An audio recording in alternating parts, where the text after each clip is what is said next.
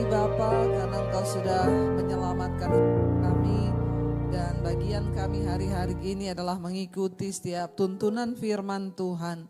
Untuk kami boleh memiliki ketaatan penuh sehingga kami boleh sampai pada tujuan surgawi. Dan satu saat kami boleh berjumpa dengan Engkau Tuhan. Berbicara bagi kami tahu setiap firman Tuhan itu adalah yang terbaik bagi jiwa kami. Sekeras apapun itu akan membentuk kami ketika kami menerimanya dengan penuh sukacita. Urapi hamba-Mu yang tidak ada apa-apanya, urapi setiap kami. Di dalam nama Tuhan Yesus kami berdoa, sama-sama katakan amin. Amin. Silakan duduk Bapak Ibu, Shalom. Iya, hari ini ya saya dapat tema dari gereja seperti yang tadi sudah disampaikan oleh Bapak Gembala adalah memberi dengan sukacita itu membawa berkat. Kalau dengar kata memberi itu senang atau susah? Ya, berat loh ini khotbah ini. Ya, karena temanya memberi dengan sukacita. Kalau disuruh memberi itu kira-kira sukacita atau duka cita? Beneran? Insya Allah ya. Ya, temanya itu memberi dengan sukacita membawa berkat. Ya, ini memang judul dari perikop ini saudara. 2 Korintus pasal 9 ayat yang ke-6. Ya, memberi dengan sukacita itu membawa berkat. Jadi ceritanya waktu itu Rasul Paulus sedang menghimbau kepada jemaat yang ada di Korintus untuk membantu ya kehidupan jemaat Tuhan yang ada di Yerusalem. Para hamba Tuhan dan orang-orang kudus ya mereka yang berkesusahan. Ya dan Rasul Paulus memberikan nasihat kepada jemaat yang ada di Korintus ya. Dia berkata begini saudara, ayat yang ke-6 ya, dan ini juga adalah perkataan Tuhan Yesus. Camkanlah ini apa? Orang yang menabur sedikit akan menuai sedikit juga. Dan orang yang menabur banyak akan menuai banyak juga. Ayat 7, hendaklah masing-masing memberikan menurut kerelaan hatinya, jangan dengan sedih hati, atau karena paksaan, sebab Allah mengasihi orang yang memberi dengan sukacita. Saudara dikatakan di sana ya, tadi ayat 6 cukup jelas, coba kita kembali lihat. Camkanlah ini, orang yang menabur sedikit orang yang menabur banyak akan, jemaat itu maunya menuai banyak atau sedikit? Tapi menaburnya maunya sedikit atau banyak? Jujur, nggak usah dimanis-maniskan. Kalau menabur maunya sedikit atau banyak? Yang ngomong sedikit angkat tangan. Yang ngomong banyak angkat tangan. Yang bingung angkat kaki. Ya, kita kalau bisa kita ganti ayat ini, ya Pak ya? Ya, camkanlah ini, orang yang menabur sedikit akan menuai banyak. Kalau bisa sih begitu lebih enak toh? Ya Pak ya? Ya, kalau bisa lebih enak gitu Bu, menabur sedikit menuainya. Tapi itu tidak mungkin, mimpi kali ya. Ayat ini berkata orang yang menabur sedikit pasti akan menuai. Yang ditabur sedikit kok. Maunya menuai banyak. Ya, kalau mau menuai banyak ya maka harus menabur banyak. Ini prinsip firman Tuhan loh saudara. Kenapa banyak orang hidupnya tidak diberkati? Karena kalau sudah ngomong menabur, waduh berat itu. Dan kita suka ganti-ganti ayat firman tadi. Ya, camkanlah ini, siapa yang menabur sedikit akan menuai banyak. Ya, itu kita suka begitu. Padahal firman Tuhan itu ya dan amin. Kalau kamu menaburnya sedikit, maka menuainya juga sedikit. Kemarin ada satu orang ya dia terpilih menjadi wakil rakyat di salah satu daerah. Ya dulu minta didoakan juga sama kita saudara. Saya tanya gimana Pak? Dia bilang, wah puji Tuhan Bu, sekarang kami bisa pegang 500 hektar sawah. Ya karena puji Tuhan pemerintah yang sekarang ini menggalakkan untuk swasembada pangan. Dia bilang, saya turun ke petani Bu, selama ini tuh petani, ya mereka itu menerima hasil sedikit. Kenapa? Ya karena dibelinya dari tengkulak juga harganya ditekan. Jadi mereka itu untuk beli bibit, ya dia beli bibit yang murahan. Padahal kalau murahan itu hasilnya jelek. Sudah begitu nanti ketika sudah ditanam mereka nggak mau keluar duit lagi untuk pemupukan. Ya kalau ada hama juga dia nggak mau keluar duit lagi untuk pestisida. Maka di situ aja sudah banyak kegagalan tuh Bu. Benihnya jelek, murahan. Ya dia nggak mau basmi hama, dia nggak mau kasih pupuk yang bagus, hasilnya pasti jelek. Jadinya mereka dapat sedikit. Nah dia bilang waktu saya turun, saya mendengar keluhannya para petani, mereka mau jual sawah. Ibu tahu di daerah semua petani mau berlomba-lomba jual sawah. Kenapa? Karena kasihan 6 bulan mereka menanam, hasilnya itu tidak sebanding dengan capeknya.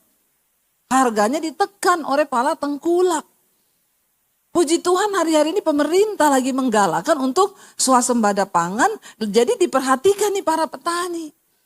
Lalu dia bilang kami masuklah Bu dengan menawarkan, ya kami membawa bibit nih, bibit unggul. Yang kami bawa ini bibit unggul. Ya, dan kami tawarkan ke petani untuk, ayo ya petani kamu nanam aja. Nanti kami yang akan kasih kamu bibit yang terbaik. Untuk pemupukan juga kami kirim orang dari insinyur pertanian yang ngerti. Untuk juga pestisidanya juga kami kirim orang dari pertanian yang tahu. Jadi petani cuma nanam dan rawat toh. Dengan perjanjian bagi hasilnya 30-70. Dan dia bilang, Bu petani itu senang banget, kenapa? Hasilnya yang mereka tuai sekarang itu jauh berkali lipat daripada yang dulu-dulu. Ya, memang kalau orang mau menuainya banyak, maka ada harga juga yang harus dibayar. Benihnya itu harus benih yang terbaik. Benih unggul, sama-sama nanam 6 bulan, kamu tanam benih yang jelek, ya hasilnya pasti jelek, harganya enggak bagus. Ya, jadi kalau mau menuai hasil yang bagus, dapat untung yang banyak, perhatikan benihmu. Harus berani bayar harga, beli benih yang mahal. Menabur banyak akan menuai banyak. Tapi semua orang itu ingin menaburnya sedikit, menuainya banyak. Kalau bisa benihnya yang jelek-jelek aja. Yang murahan aja dikasih benihnya. Ya memang menuai saudara. Tapi rugi udah kerja 6 bulan. Ternyata menuainya tidak seberapa, rugi di tenaga. Ya bahkan gak dapat apa-apa, makanya mau dijual sawahnya. Ya, ini terjadi dalam kehidupan kita sebagai orang percaya. Ya uang itu sangat sensitif saudara. Dan berhati-hati memang. Ya. Tapi Alkitab sudah kasih kita cara untuk hidup diberkati. Orang yang menabur sedikit akan menuai sedikit. Yang menabur banyak akan menuai banyak. Dalam hidup ini waktu kita terima duit, ingat itu ada benih, ada roti. Kalau yang bagiannya roti silakan kamu makan. Tapi yang bagian benih harus ditabur. Orang Kristen dimakan semua. Benih dimakan, roti dimakan, sakit perut itu. Ya. Yang ada kita harus buang uang lagi untuk rumah sakit. Karena semua kita makan. Hidup ini saudara akan berjalan. Kita kan mau ikut firman Tuhan nih. Amin apa amin? Karena kita percaya firman Tuhan itu pasti yang terbaik. Tuntunannya itu paling benar. Enggak ada hukum lain lagi. Di dunia ini yang lebih benar dari firman Tuhan. Apalagi hukum dunia. Orang ekonomi, pakar ekonomi berkata kalau kamu pengen diberkati, keluarkan yang kecilnya. Ya tabung sebanyak-banyaknya. Ini aja udah bertentangan saudara. Di sini dikatakan camkan ini, orang yang menabur sedikit akan menuai sedikit juga, dan orang yang menabur banyak akan menuai banyak juga. Hendaklah, ayat 7 berkata, masing-masing memberikan menurut kerelaan hatinya, jangan dengan sedih hati atau karena paksaan. Sebab Allah mengasihi orang yang memberi dengan sukacita. Kemarin ada yang tanya sama saya gini, Bu, ya kan kita ngobrol sharing ya, makan bersama waktu saya pelayanan di Surabaya. Beberapa teman pengusaha ngajak kita makan. Kita share tentang poinnya ini, saudara, menabur. Lalu ada seorang pengusaha yang tanya sama saya, Bu, ngertinya itu benih gimana caranya? Saya bilang ya Alkitab udah atur, nomor 1 itu 1/10 dulu. Nggak usah cari ayatnya di perjanjian baru mana 1/10. Nggak usah tanya memangnya di perjanjian baru masih boleh perpuluhan. Saya mau bilang saudara, semua yang kita lakukan dengan iman, pasti Tuhan perhitungkan. 1/10 itu sebenarnya hanya latihan. Ya, kalau 1/10 aja kita nggak bisa kasih, apalagi 50%. Padahal kita tahu semua berkat yang kita dapat 100% itu dari Tuhan dan milik Tuhan. Ya, tapi orang dicari-cari lagi ayatnya. Saya bilang, Bapak nggak usah nanya-nanya begitu. Ya paling kecil yang dari zaman perjanjian lama Alkitab sudah atur, benih itu 1/10 dulu Pak keluarin itu. Itu bukan milikmu loh. Itu milik Tuhan untuk apa? Untuk hamba-hamba Tuhan, untuk orang-orang yang gak bisa makan. Ya, itu dulu keluarin. Itu latihan, saudara. Kalau kita ini latihan begitu aja ndak bisa, ya sudahlah, jangan mimpi hidup diberkati. Ya, mungkin akan dapat duit, iya. Tapi keluarnya juga banyak.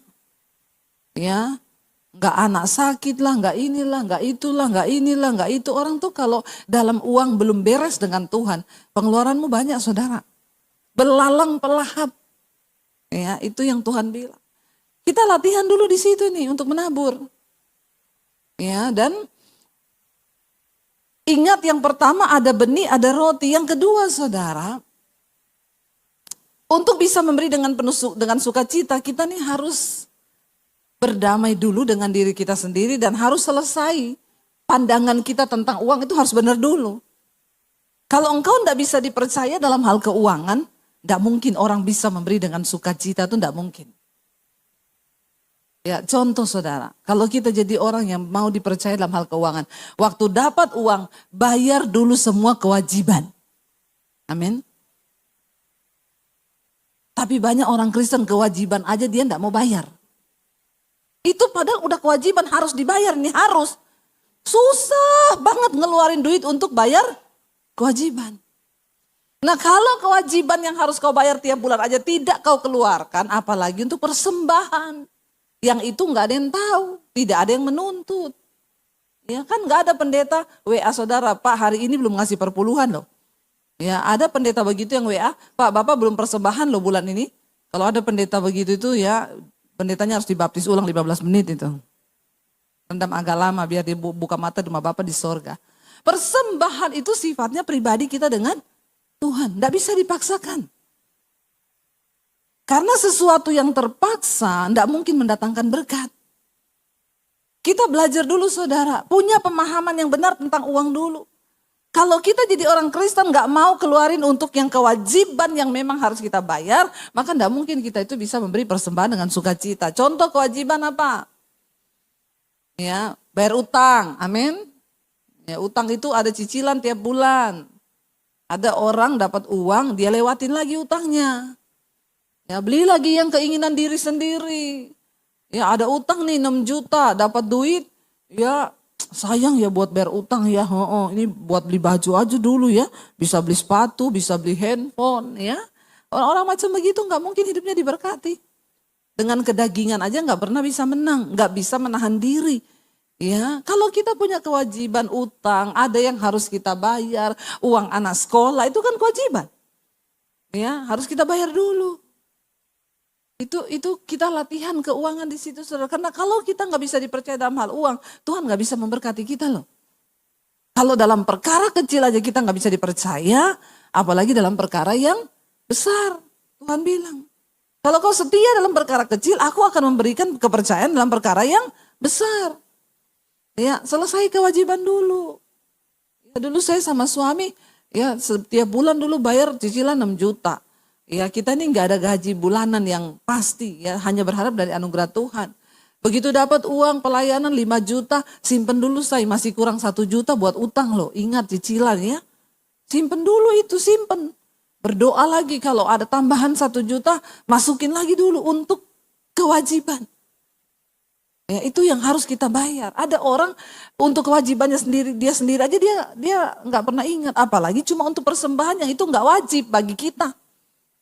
Toh nggak ada yang tahu kalau persembahan. Dia lupa bahwa Tuhan tahu. Dari sini saudara, kalau kita mau diberkati dalam hal keuangan, semua orang itu pengenlah diberkati dalam hal keuangan. Iya apa iya? Ya, menurut saudara uang itu penting nggak? Sangat, ya. Ada yang bilang uang tuh nggak dibawa mati, memang, tapi nggak ada uang bawaannya. Ya, memang uang nggak dibawa mati, tapi nggak ada uang bawaannya mati. Ya, uang bukan segala-galanya, tapi segala-galanya butuh uang. Kita ke toilet aja kalau nggak ada duit nggak boleh masuk loh saudara. Ya, toiletnya ditulis ya buang air kecil 1.500, air besar 2.000. Ya, ada orang masuk buang air kecil kasih uang 2.000, masnya bilang nggak ada kembalian 500. Kalau gitu saya harus buang air besar ini ya. Soalnya rugi loh. Walaupun gak kebelet ya, daripada gak ada kembalian. Kalau udah masalah uang itu hitungannya auzubillahi minasyaitonirrahmanirrahim. Ya, manusia itu memang gak mau rugi saudara. Ya, masih ada kembalian 500. Saudara, memang tidak uang itu bukan segala-galanya. Tapi semua segala-galanya butuh uang. Kita harus punya cara pandang yang benar dulu terhadap uang. Sikap hati kita tuh terhadap uang seperti apa? Itu yang akan menuntun hidup kita ini diberkati Tuhan. Saya bukan khotbah toh, berteori, saya sudah praktekkan. Ya, saya sudah praktekkan saudara. Coba kita lihat bersama apa kata Tuhan Yesus ya tentang uang itu. Matius 6 ayat 21 saudara. Matius 6 ayat 21 baca bersama 1, 2, 3. Karena di mana hartamu berada, di situ. Nah, dipungkiri atau tidak dipungkiri, ini memang benar. Tuhan tahu, ini yang ngomong Yesus loh. Di mana hartamu berada, di situ hatimu berada. Kita pergi nih keluar rumah, lupa kunci lemari. Di lemari itu ada perhiasan, ada uang, ada harta, lupa kunci kamar lah. Kita balik lagi enggak? Saya tanya, balik enggak saudara? Enggak usah menertawakan diri sendiri. Itu manusiawi, memang benar. Kenapa kita balik harus kunci dulu? Karena takut nanti ada orang masuk, lalu dicuri. Itu artinya di mana hartamu berada, di situ hatimu berada. Semua. Makanya Tuhan Yesus bilang kalau saudara lihat di perikop atasnya, kumpulkanlah bagimu harta di sorga. Ya, karena di sorga itu ngengat dan karat tidak memakannya, pencuri tidak bisa mencurinya. Supaya kalau hartamu di sorga banyak, hatimu juga ada di sorga. Artinya apa? Jangan pelit kalau dalam hal menabur. Jangan uang itu kita genggam. Yesus berkata di ayat 24 saudara. Matius 6 ayat 24. Baca bersama Matius 6 ayat 24 saudara. 1, 2, 3. Tak seorang pun dapat mengabdi kepada dua tuan. Karena jika demikian ia akan membenci yang seorang dan mengasihi yang lain. Atau ia akan setia kepada yang seorang dan tidak mengindahkan yang lain. Kamu tidak dapat mengabdi kepada Allah dan kepada Mamon. Yesus mensejajarkan dirinya Allah itu dengan uang.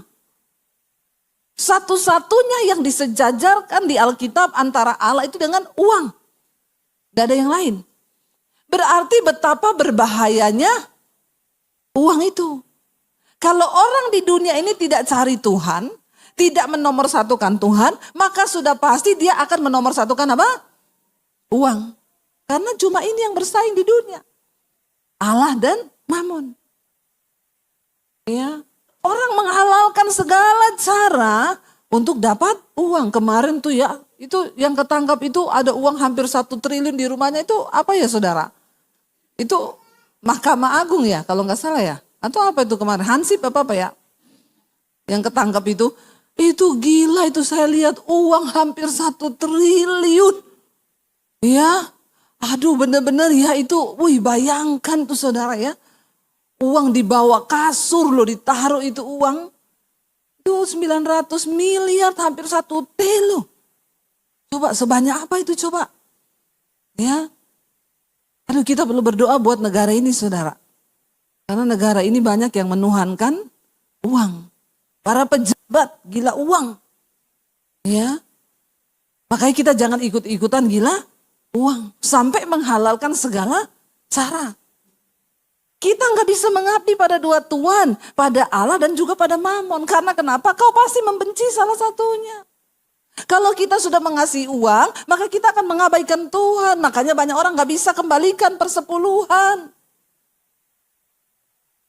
Makanya banyak orang nggak bisa memberi dengan sukacita. Karena hatimu melekat kepada uang. Ya, nggak gampang saudara. Saya dulu waktu masih miskin, Tuhan coba. Saya cuma tinggal punya uang 50.000. Disuruh kasih saudara, ada tukang soto, agama lain datang ke rumah tengah malam pinjam uang 50.000. Ya, itu saya bilang sama suami, uang kita tinggal 50.000 loh. Kenapa dia juga pinjam 50.000? Mau ya pinjam 20 kek. Ya, ini 23 tahun yang lalu uang 50.000 itu berarti saya bisa pakai buat makan 3 hari itu. Tapi saya dan suami bergumul di situ. Dan suami saya langsung bilang begini, Nek aku terserah kamu ya. Langsung cari aman dia. Ya, supaya dia nggak disalahkan. Nek aku terserah kamu. Nek kamu bilang kasih, yo kasih. Nek enggak, yo enggak. Ya. Jadi saya juga waktu itu lah kok gini ya. Lah berarti ini keputusannya di tangan saya. Ya saya berdoa sama Tuhan. Tuhan cuma ngomong gini. Karena Allah yang menyediakan benih bagi para penabur.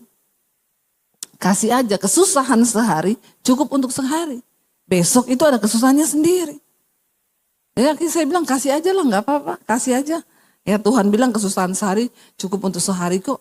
Ayat itu tapi jangan dipakai di konteks yang lain. Habis terima gaji pergi ke mall. Kesusahan sehari cukup untuk sehari. Terus saudara belanja semua habis. Nah itu namanya bodoh ya. Besok gak bisa makan, salahmu sendiri. Jangan bawa-bawa firman. Ya firman itu dipakai pada tempatnya. Ya akhirnya kita kasih. Apakah kita terus miskin gak bisa makan? Enggak, besoknya saya melihat tuh saudara Tuhan memberkati kami. Berlipat kali ganda. Selalu cara Tuhan itu memberkati orang, dia uji dulu. Ya, kita bukan mau ngumpan, tapi memang Tuhan menguji. Makin kesini makin diberkati, ujiannya makin naik ya, suruh tabur 50 juta, naik suruh tabur 100 juta. Ya, saya berani saudara, saya nggak pernah takut karena saya tahu uang itu Tuhan yang punya. Yang paling tinggi kemarin itu suruh beliin mobil pendeta 425 juta. Ya, waduh itu saya bergumul, saya tengking berbulan-bulan dalam nama Yesus. Setan ini. Ya, bukan Tuhan, ini setan. Bergumul saya di dalam hati karena ini bukan uang kecil. Saya mau tanya sama pengusaha di sini. Ya, ada nggak pengusaha di sini yang sudah pernah beliin mobil pendeta? Harga 425 juta pernah? Rela nggak? Maaf ya, saya bukan cuma khotbah. Saya sudah mempraktekkan firman ini. Akhirnya saya bilang sama Tuhan, ya saya tanya suami dulu ya. Kalau suami bilang iya, ya Tuhan. Kalau enggak, bukan loh Tuhan. Saya tahu pasti suami saya larang. Karena suami saya ini bukan pelit, agak perhitungan. Beda sama pelit ya.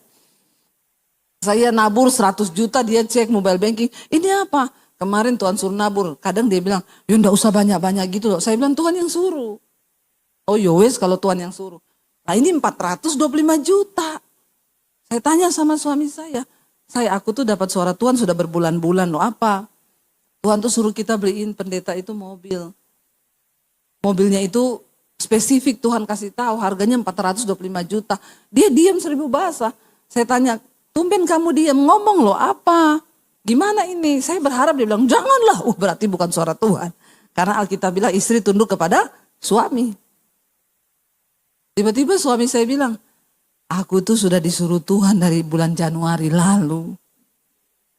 Tak tahan sampai 6 bulan. Malah Tuhan bicara sama kamu.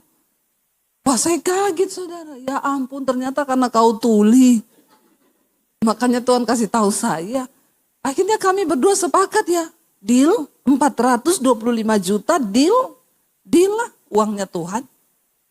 Kita cuma bendaharanya. Ya. Akhirnya kita melangkah dengan iman. Tiba-tiba lagi ngobrol sama satu pengusaha. Kita bersaksi, saudara, pengusaha bilang, ya udah Bu. Ya saya nabur ya separuhnya. Jadi kita nggak jadi keluarin 425 juta. Ada yang, Tuhan tuh kadang cuma menguji hati kita loh. Hatimu tuh melekat sama uang atau kepada Tuhan? Kamu taat nggak sama Tuhan? Ya. Waktu bangun sekolah misi itu saudara bukan gampang. Saya ini bukan pengusaha. Awal modal yang kami taruh dari uang pribadi kami, Tuhan berkati lewat YouTube, itu 2M loh. Saya mau tanya, ada pengusaha berani ngasih 2M untuk sesuatu yang gak ada hasilnya? Halo? Saya bukan khotbah tok teori saudara. Saya mempraktekkan semua firman Tuhan. Dan Tuhan yang berjanji itu Tuhan yang setia. Dia gak pernah berdusta. Saya merasakan itu. Ya, Tuhan suruh bangun sekolah misi. Siapkan para penuai. Dari mana uangnya Tuhan? Dari yang ada di tanganmu. Nah ini kan uang kita kerja dapat dari YouTube setengah mati ditabung. Aku ini bukan orang yang punya uang puluhan miliar di rekening. Tuhan bilang tabur, ya udah modal awal pertama kami taruh 2 miliar saudara. Itu bukan uang kecil. Tapi kami mau belajar. Berjalanlah dengan waktu. Saya mau pakai rekayasa manusia setelah digambar. Hampir 4 miliar habisnya. Saya pikir 2M udah cukup. Saya bilang sama suami, ya udah gampang, nanti saya umumin di YouTube lah. Taruh nomor rekening di YouTube, jalan-jalan itu nomor rekening, putar-putar sampai orang pusing liatnya. Sudah di otak saya begitu saudara. Waktu hari hanya suami saya bilang, taruh nomor yang mana nih buat pembangunan. Saya berdoa, Tuhan bilang, coba kamu taruh nomor rekeningmu. Dari awal kami pelayanan di YouTube, kami sudah komitmen tidak ada nomor rekening di layar YouTube. Supaya kami tidak merekayasa keuangan. Tapi Tuhan kalau memang mau memberkati kami biar itu berasal dari Tuhan. Tapi waktu itu hampir tergoda saudara. Ya Tuhan tuh bilang gini, silakan taruh nomor rekeningmu. Kamu akan dapat lebih dari yang kamu butuhkan. Tapi aku tidak ikut bekerja di dalamnya. Karena kamu sudah sama seperti Daud yang mencoba menghitung kekuatan pasukannya. Padahal Daud tahu dia menang bukan karena punya pasukan yang besar. Tapi karena kuasaku yang menyertai. Saya bilang sama suami, enggak usah taruh nomor rekening saya. Buat apa kita bangun gedung besar kalau Tuhan tidak ikut di dalamnya? Itu menara Babel. Enggak usah, biar Tuhan yang bekerja. Enggak jadi saudara. Dan alhasil ketika pembangunan berjalan, 7 bulan selesai. Uang yang kita taruh tidak terpakai. Wow enggak Tuhan? Tapi dia cuma melihat sikap hatimu. Dia yang lebih tahu apa yang kita butuhkan. Ya, dan sampai hari ini saya melihat bagaimana Tuhan memberkati kami begitu luar biasa. Enggak pernah minta. Waktu pembangunan sekolah misi tidak ada proposal. Enggak ada pengumuman buka nomor rekening. No. Saya terlalu percaya Tuhan yang kita sembah itu Tuhan yang hidup. Bagaimana cara kepandang kita terhadap uang? Itu akan menentukan Tuhan percaya sama kita atau tidak saudara. Jadilah orang yang berani. Berani mempertaruhkan benar-benar imanmu kepada Tuhan. Karena kau tidak bisa mengabdi pada dua Tuhan, pada Allah dan pada Mamon. Tidak bisa. Pasti engkau akan mencintai yang satu dan akan membenci yang satu. Kalau kau cinta uang, kau nggak akan taat sama Tuhan. Dan itu akan menjadi sulit untuk Tuhan memberkati hidupmu, keuanganmu. Padahal ini kuncinya. Kita lihat saudara di dalam Lukas 6 ayat 38. Ya, Lukas 6 ayat 38 firman Tuhan berkata di sana apa? 1, 2, 3. Berilah maka dan kamu akan diberi suatu takaran yang baik, yang dipadatkan, yang digoncangkan, yang tumpah keluar akan dicurahkan ke dalam ribaanmu. Sebab ukuran yang kamu pakai untuk mengukur akan, amin saudara. Takaran yang kau pakai untuk memberkati orang, takaran yang kau pakai untuk menabur, itu yang dipakaikan Tuhan untuk memberkatimu. Ya, nggak ada teori yang lain. Ya, soalnya orang Kristen sekarang kalau jalan kolektor nyanyinya sembahan kami sedikit sekali. Udah sedikit dia tambah lagi. Kiranya Tuhan terimalah dengan senang hati. Kurang ajar enggak? Ngasihnya sedikit minta Tuhan terima dengan ini ayatnya di mana? Dibalas malaikat dari sorga. Berkat yang ku beri sedikit sekali, kiranya engkau terimalah dengan senang. Trap. Maunya berkat besar, tapi naburnya sedikit. Ya, orang gak mungkin bisa menabur dengan sukacita kalau pandanganmu terhadap uang itu salah. Ya, dan Alkitab bilang yang akan masuk neraka bukan cuma pesinah, bukan cuma homo, bukan cuma orang yang kepahitan. Alkitab bilang orang kikir tidak masuk surga. Bilang kanan kirimu, bertobat jangan pelit. Ya, enggak apa-apa, bilang aja. Kalau enggak pelit ya puji Tuhan, kalau ya pelit ya beneran. Tobat. Ubah cara pandangmu terhadap uang.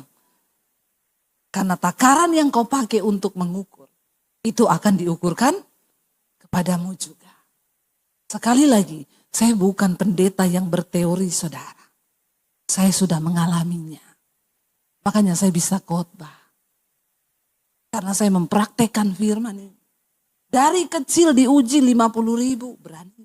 Naik 50 juta berani, naik 100 juta berani, naik 200 juta berani, naik 400 juta berani.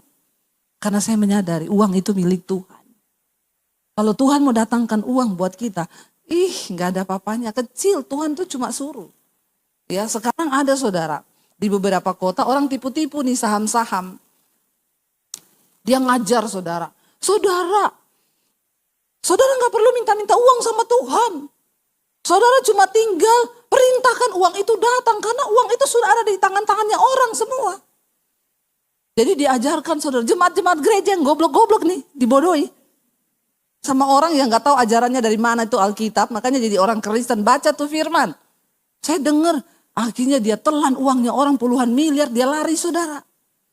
Ya, dia ajari tuh jemaat, pegang uang 100.000 begini, perkatakan, hai uang, ajak teman-temanmu yang di dompet-dompetnya orang, yang di bank-bank, yang dimanapun, ajak teman-temanmu yang banyak datang kepadaku, pakai dalam nama Yesus. Gila enggak? Tuyul dengar, tuyul bilang, langkahi dulu mayatku. Aku aja kerja loh, kata tuyul. Aduh, banyak orang Kristen bodoh saudara. Saya dengar itu dan katanya banyak pendeta yang tertipu. Mereka masukin uang sama ini orang ini. Ada di YouTube. Sekarang dia lagi menghilang, dicari-cari gak ketemu. Dia itu, hai uang. Pulang ke rumah praktekan ya. Bentar lagi kau gila. Saya ketawa denger. Dia suruh, dia ada contohnya di YouTube. Dia pegang uang begini, hai uang-uang yang ada di dompet-dompetnya orang, uangku yang sudah Tuhan ciptakan. Lalu gak pernah nabur. Perintah-perintahkan uang, makanya tuyul dengar. Ya, tuyul bilang, kita nak mental loh aku. Ya, tuyul aja kerja loh. Ya, jangan saudara. Ya, kita praktekkan firman Tuhan tuh yang benar. Ya, akhirnya orang itu saudara, dia bilang dia punya perusahaan banyak di berbagai negara. Ya, kalau saudara mau titip, ambil saham perusahaan saya titip. Wah, orang berlomba-lomba taruh 1 M, taruh 5 M, taruh akhirnya puluhan miliar lari dia sekarang. Saya bilang, kau panggil dia, hai uangku, baliklah ke sini. Tipu-tipu sudah gampang. Orang yang gampang-gampang kena tipu itu pasti orang-orang yang jarang menabur. Makanya gampang kena tipu. Karena di otaknya itu cuma pengen cepat kaya. Padahal Alkitab bilang orang yang ingin cepat kaya pasti jatuh dalam berbagai-bagai pencobaan. Khotbah siang ini agak pedes. Tapi tolong mukanya gak usah masam sama saya. Saya ini hanya menyampaikan firman dan ini tema dari Bapak Gembala. Tema bulanan ya. Jadi kalau tersinggung puji Tuhan. Supaya agar hidup kita diberkati. Kalau gak bertobat gak diberkati. Ya ayo kita mulai belajar. Terima uang Tuhan. Aku tahu uang ini bukan punya aku semua. Ada roti, ada benih. Yang benih biar aku tabur Tuhan. Bahkan kalau lebih dari itu ada orang yang membutuhkan. Aku mau dengan sukacita menabur. Karena aku percaya takaran yang aku pakai untuk mengukur akan diukurkan kepadaku. Waktu habis sudah ditulis. Puji Tuhan. Jadi mari kita sama-sama saudara terus. Ayo kalian gak usah pura-pura gak datang. Langsung datang kalau sudah habis. Supaya saya tahu. Saudara ayo kita mau sungguh-sungguh mencari perkenanan Tuhan. Supaya Tuhan terus kasih kita kekuatan untuk ya punya hati yang sungguh-sungguh mengasihi Tuhan. Ya kita nyanyi lagu Hati Hamba. Aku tak membawa apapun juga saat aku datang ke dunia Tuhan. Kami tahu kami juga akan pulang gak bawa apa-apa karena itu ajar kami. Katakan bersama pujian ini. Bangkit berdiri bersama saudara. Terima kasih Tuhan. Katakan Tuhan kami mau belajar hidup menghormati Tuhan. Ampuni kalau selama ini kami bertindak. Kami berlaku dengan kekuatan kami sendiri. Dengan kehebatan kami sendiri. Kami lupa menyertakan Tuhan dalam hidup kami. Ampuni kami Bapa. Taruh rasa takut akan Tuhan dalam hidup kami. Supaya kami belajar menghormati Tuhan dalam hidup kami. Sebagai anak-anak muda juga. Tuhan ajar kami menempatkan Tuhan sebagai prioritas utama dalam hidup kami. Kami percaya Engkau yang sanggup pegang kendali atas masa depan kami. Dunia berubah, tapi kami gak perlu takut. Waktu kami menghormati Tuhan, Tuhan beri kami rancangan keberhasilan dan keberuntungan bagi masa depan kami. Terima kasih Bapak. Terima kasih Tuhan, ajar kami terus menghormati Engkau. Mari buka hati dan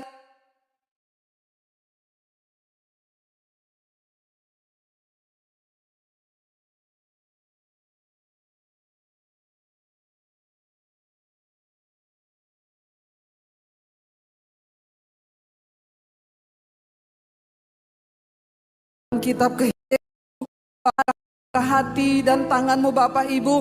Terimalah kiranya berkat rahmat anugerah dari Allah Bapa, cinta kasih dari Tuhan Yesus Kristus turun atas hidup kita mulai hari ini. Bahkan sampai kali yang kedua Tuhan Yesus datang kembali menjemput setiap kita. Dan nama kita semua tercatat di dalam kitab kehidupan.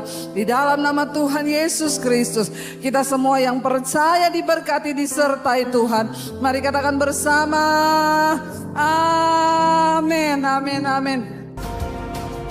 Dalam mempersiapkan penuai di akhir zaman, pendaftaran sekolah misi Angkatan 4 juga telah dibuka dan akan dimulai pada bulan Juli 2025.